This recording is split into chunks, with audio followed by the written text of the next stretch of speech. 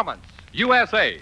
The greatest entertainers in America as requested by you, the men and women in the United States Armed Forces throughout the world. Command Performance, presented this week and every week to your home from the hospitals and back from over there.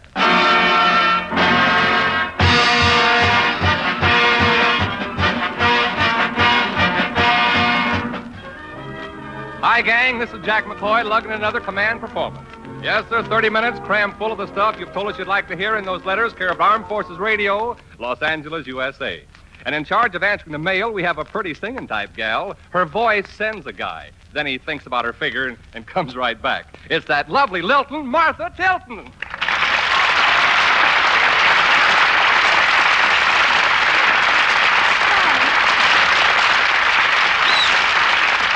Hiya, boys and girls. Oh, hi, Martha. I see you got here in spite of those Los Angeles drivers outside. Boy, the way they drive, it's... Well, Jack, it's not so dangerous anymore since they got that new safety rule. Oh?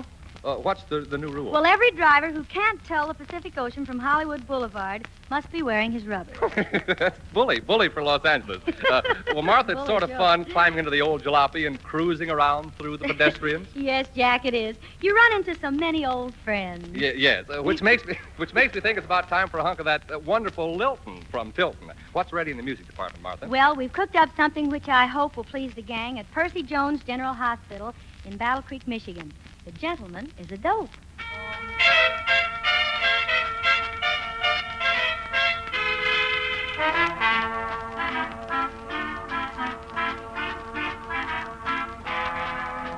The gentleman is a dope, a man of many faults, a clumsy Joe who wouldn't know a rumba from a waltz. The gentleman is a dope, and not my cup of tea. Why do I get in a dither? He doesn't belong to me. The gentleman isn't bright. He doesn't know the score. A cake will come, he'll take a crumb and never ask for more. The gentleman's eyes are blue, but little do they see. Why am I beating my brains out? He doesn't belong to me. To somebody else's problem, she's welcome to the gang. She'll never understand him half as well as I. The gentleman is a dope. He isn't very smart. He's just a lug you'd like to hug and hold against your heart. The gentleman doesn't know how happy he could be. Look at me crying my eyes out as if he belonged to me. He'll never belong to me.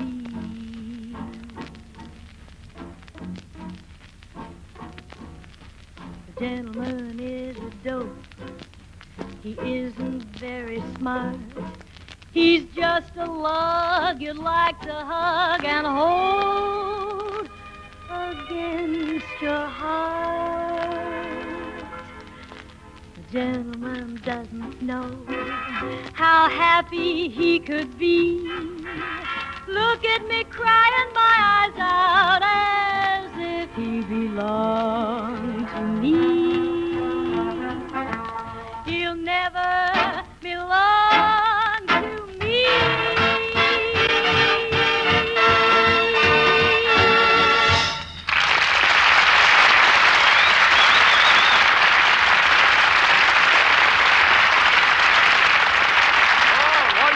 Wonderful, Martha. Man, you know, you put your heart and soul and energy into that song. Well, from now on, call me Wilton Tilton. Oh, okay. Well, now, Martha, understand our next visitor is the guy who writes all them their comedy radio programs. Well, that's right. Gang, here comes a man whom I know you've never heard of before, and who is going right back there after tonight's show. Mr. Jack Douglas.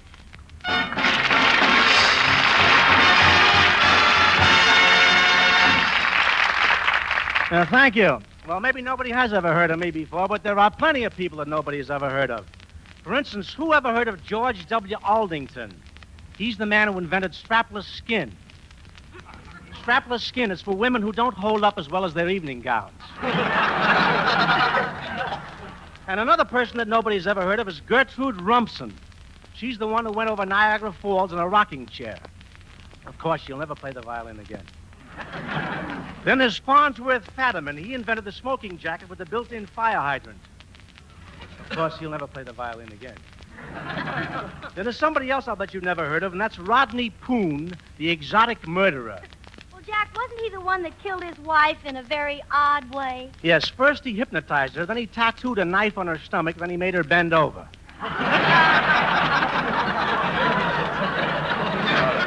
It was a pretty sad affair. Jack, what's all this leading up to? Well, just that it doesn't matter if nobody ever heard of you. Your life still may be very interesting. I suppose you mean like the Jolson story? Yes, and to prove my point, tonight I would like to present the Douglas story.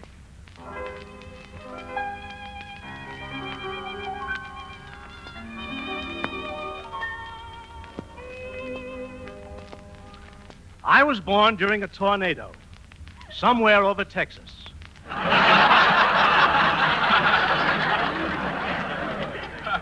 When I was 3 years old, my father was killed during the Mexican War by the Americans. You'll never play the banjo again. Jack, I'm sorry, but I just can't believe that part of your life story. Something must have happened to you when you were very young. Didn't your mother tell you it was wrong to tell a fib? Well, didn't she? Oh, what's the matter? Didn't you have a mother? No, we were very poor. Well, you must come from quite a family. Oh, yes. Every Saturday night, we all used to sit around and think about taking a bath. Think about taking a bath. Yes, we were poor, but we were clean-minded. Jack, I think maybe that's your trouble. I think you ought to get away from your family. Well, maybe you're right, but I can't right now. You see, my aunt has just gone into business for herself. Oh, well, that's nice. What business did she go into? She's got a Coca-Cola machine in her bustle. Oh, no. Yeah. Well, how does she keep them cold? She leans against the Iceman. My uncle makes change. Jack, you'd better get back to the Douglas story. Okay. Being said. Slower. Well, I didn't have much of an education. Harvard, Yale, and Princeton. And the University of California at Tucson, Arizona. And of course, in due time, I fell in love. It was an odd sort of love. I fell in love with a rubber glove named Gladys. Gladys the rubber glove. Soon we were married, and in less than a year, we were the proud parents of twins. Both thumbs. My second wife was a beautiful blonde named Joanne. But that didn't last long. Shortly after we were married, she went to Las Vegas for the usual reason. Craps. And then I fell in love with Lady Esther. Just rub a little on your face, and you'll be surprised at the difference. Oh, Lady Esther, I love you. I love you madly, Lady Esther. I love you passionately, Lady Esther. Oh, Lady Esther, you're the only one in the world for me. My passion is pent up inside of me, Lady Esther. Please tell me what to do with my pent-up passion. Just rub a little on your face, and you'll be surprised at the difference. I'm surprised at that joke. A short time after this, I decided to go to work. I decided to become a detective, a private eye. I was sitting in my office one day when suddenly the door opened. Hello, big boy. Hello, Asa. What's on your mind? It's my husband. I just shot my husband and threw his body out of an airplane. What else is new? You say you threw your husband's body out of an airplane? Whereabouts? Over Glendale. That's a misdemeanor. Care for a drink? Don't mind if I do. Say when. This is yes. I got some pretty good stuff here, if I can find it.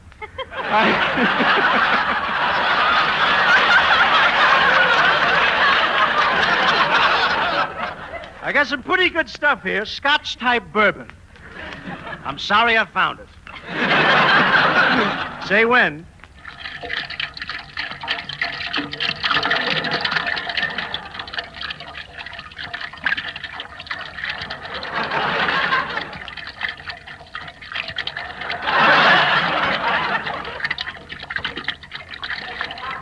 You drink that and you'll never play anything again. Now tell me all about it. Well, it's the insurance policy. The policy I killed my husband for. I can't find it. Well, I finally agreed to help her find the missing policy. Thank you. It was 3 o'clock in the morning as we approached 79 Wistful Vista, the old family mansion which had been unoccupied for 27 years. 3 o'clock in the morning, Big Ben was striking his wife.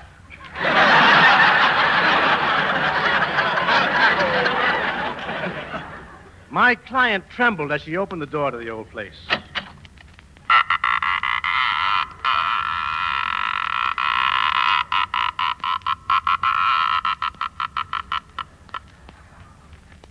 This door hasn't been open for 27 years. We better not close it or we'll be here all night. I wonder what's through this door here. No, look, it's a bathroom, a haunted bathroom. A haunted bathroom? Yes, look at these bath towels. One bath towel says his. Well, what does the other one say? Boo. Gee, what a place that old mansion was. We searched everywhere for the missing insurance policy. We looked down in the basement. We looked up in the attic. We looked in the hall closet.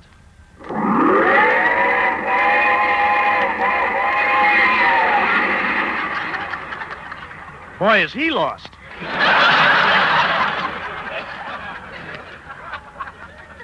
We couldn't find the policy anywhere. Oh, Jack, you're getting a little silly again. Is this really the story of your life? Why, sure. And shortly after that, I became a doctor. Just like that? Uh-huh. Now, I'll never forget my first operation. What a tense moment. Scalpel, Scalpel, suture, suture, clamp, clamp, sponge, sponge, another sponge, another sponge. mop.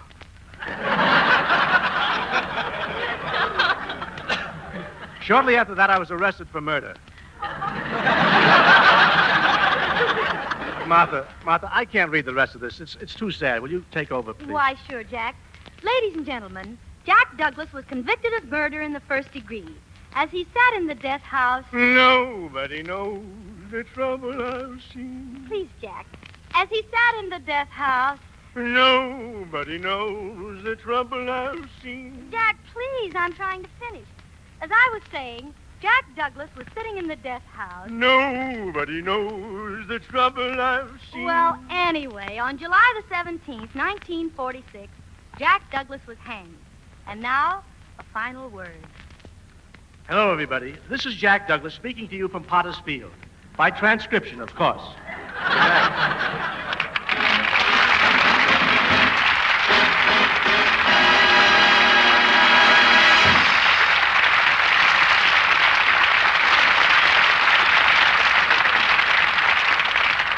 Thanks a million, Jack Douglas. The gang will certainly want more of that. Now. And now, gang, remember the contest we had? We asked for letters on what the Constitution of the United States means to me. Well, we had some of those wonderful Hallicrafter radios to hand out, you remember? And some other fine prizes. But we feel that the finest prizes to come out of this contest were the wonderful letters you sent. One of the most outstanding ones came from Lieutenant Jim Spencer, who's with the Navy on Saipan. Jack McCoy, suppose you read us what the Constitution means to Lieutenant Jim. Gladly, Martha.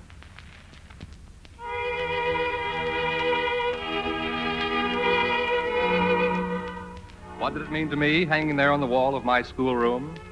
Piece of paper hung a little askew, labeled the Constitution of the United States. Something for me to study. Paragraphs, sections, words to read and try, never quite successfully, to understand. Many miles, many days and years since that paper hung on a dusty schoolhouse wall, futilely saying its words about government, independence, rights. Now, a better teacher than in any classroom, living it, has taught me the real meaning of our Constitution. Let me try to say how it is. A black-clad judge sits sleepily in his May-warm Midwestern courtroom, yet I've seen how effectively he pursues the truth and defends the right as our Constitution says he shall. A man from Missouri, once a hat salesman, now executes the orders of his many, many countrymen as he serves as their president under that Constitution. The middle-aged, balding man whose judgment I respect from several streets over at home, goes each year to join his judgment together with his equal fellow men to make our laws as provided by our Constitution. All of this that we may pursue our lives in happiness and liberty. Its meaning now, no mere piece of paper on a wall, but a story of living flesh and blood men whom I know dwelling together in peace. No, not merely inanimate paper. Our Constitution is an American pattern for living.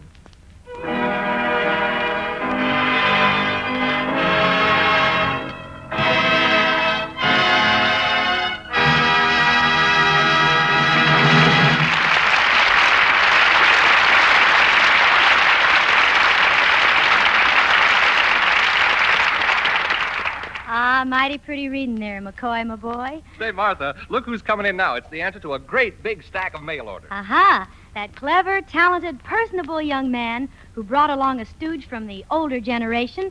It's Charlie McCarthy and friends.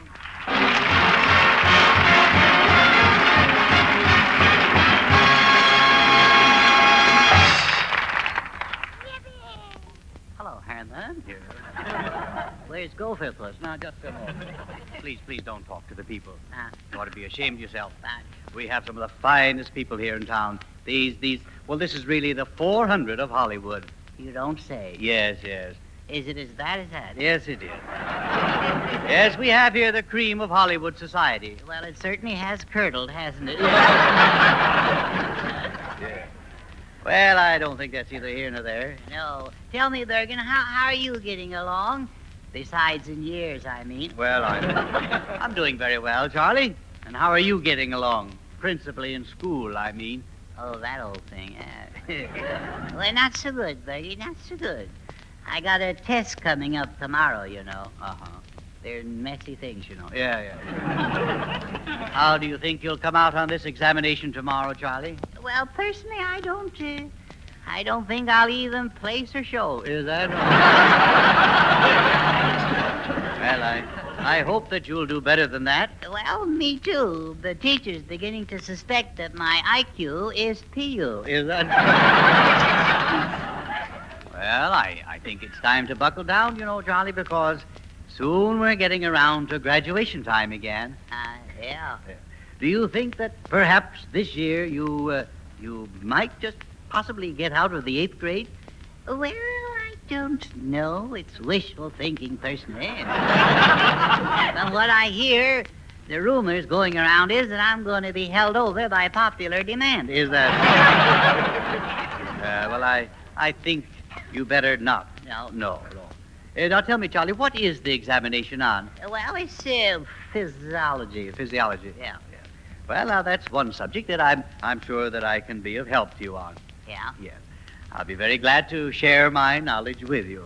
Well, that's awful white of you. Yes. It's like sharing the hole in a donut. Yes, all right. Now, let us look at this subject from a scholarly point of view. Well, I've looked at it at every other angle but that. Yeah. Let us take the word physiology. Let us take the word. Yeah, and stuff it. No. You duffel bag. Yeah. No, let's break it down. Okay, let's pull the legs off there. No. Now that, of course, deals with the human body. That's what it does, yes. Oh, the human body. Uh-huh. It's a wonderful thing, the human body. Wonderful thing. Yeah, yes, it is, yes. Couldn't live without it. No. I got a list of the questions that we may be asked, you see. I see. Certain amount of finagling. I see. Mostly about anatomy, I'm told. I see. Well, would you, I see, about anatomy. Yes, that's what I said. Yes. Mm-hmm.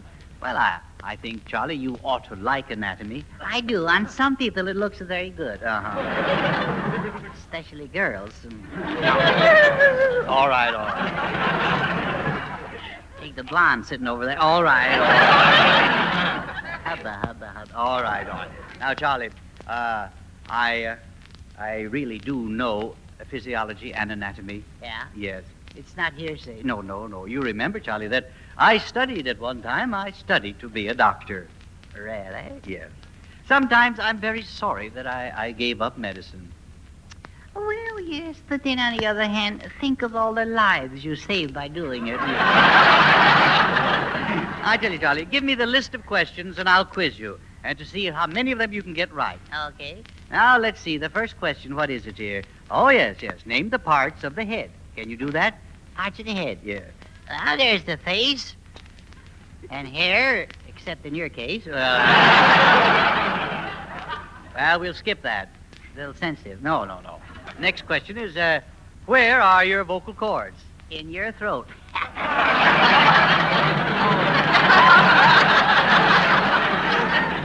Isn't that just too subtle for words? Yeah. Now, see if you can answer the third question.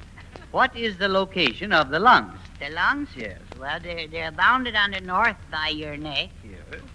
on the east and west by your elbows, and on the south by your gizzard. No. Carburetor. No.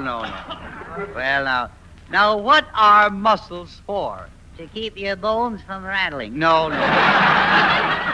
How's that? That is wrong. Where do you find the liver? Under the onions. Now, wait.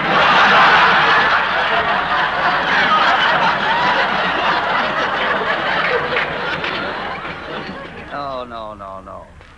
It is not under the onion. Well, then it must be next to the bacon. No. Wrong. All of them wrong. Well, at least I'm consistent. There they are. Perhaps you can answer this question. What is the function of the heart? The heart is to fall in love with. I see. That's some function, eh, babe? All right. Now, I'll try and explain the heart and circulation so that you'll be able to understand it. Well, there'd be no point in doing it any other way. No. Now, you see, the heart, it pumps the blood. Oh, good. Yes. And which is red in color, due, of course, to the hemoglobin. I would. Would you mind dragging that past again? Yes. The hemohuma? The hemoglobin. Really? Yes. Charlie, do you remember when I took you to the doctor and he said that your hemoglobin was 60? Yes. I thought that was good for a little squirt like me. Well, it is not good. 60 is very bad. Well, I'm very sorry. It's the best I can do. Your hemoglobin count should be from 90 to 100. I wouldn't know where to keep them. You wouldn't know where to keep them. I got junk under the bed as it is. I know. Keep what? What? Keep what? Well, those things. What you said. What did I say? Well, you know, those little, well, you said it, you. What did I say? Weren't you listening? Yes. Keep those 90 to 100 what? Those little homely goblins. Homely. No. Evergeevens. No. Whooping garners. No. I tell you, I give you up, Charlie. You're hopeless. How in the world do you expect to pass that examination tomorrow? How do you expect to? Well, I'll tell you. The smartest kid in our class, you know, has a nervous habit of tapping his pencil during examination, see? Tapping his pencil. Yeah. What about it? Well, it just so happens that he accidentally, of course, taps out the answers, see? In Morse code. Uh-huh. See? Yeah. Sneaky, I'll admit, but it works. Yeah. And you expect to pass the test that way? Yes, sir, I do. Unless the teacher starts jamming our wavelength. I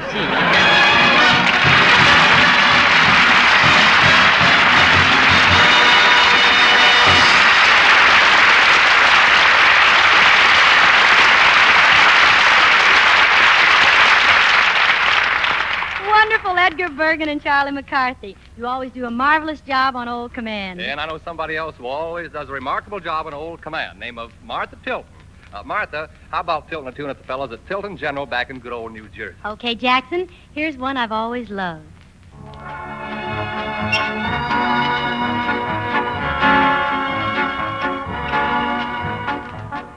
This lovely day will lengthen into evening.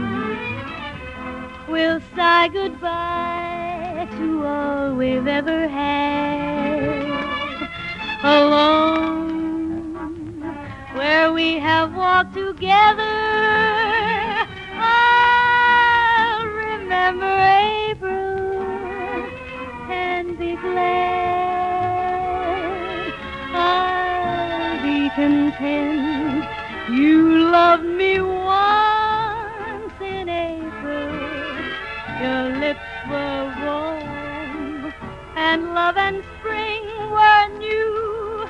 But I'm not afraid of autumn and her sorrow, for I remember April and you.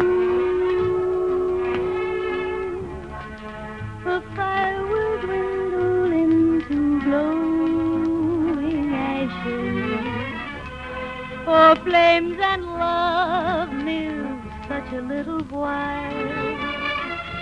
I won't forget, but I won't be lonely. I'll remember April, and I'll smile. I won't forget, but I won't be lonely. I'll remember April, and I'll smile.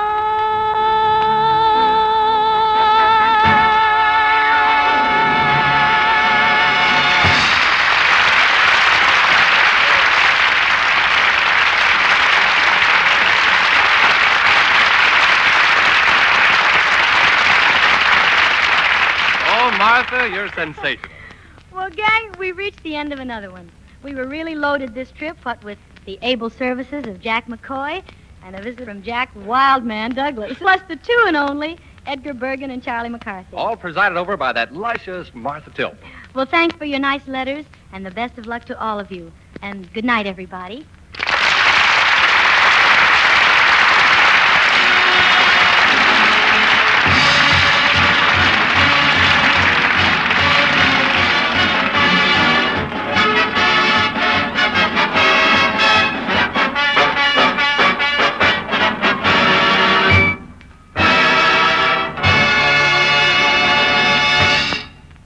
This program was arranged with the aid of the Hollywood Coordinating Committee. This is the United States Armed Forces Radio Service, the voice of information and education.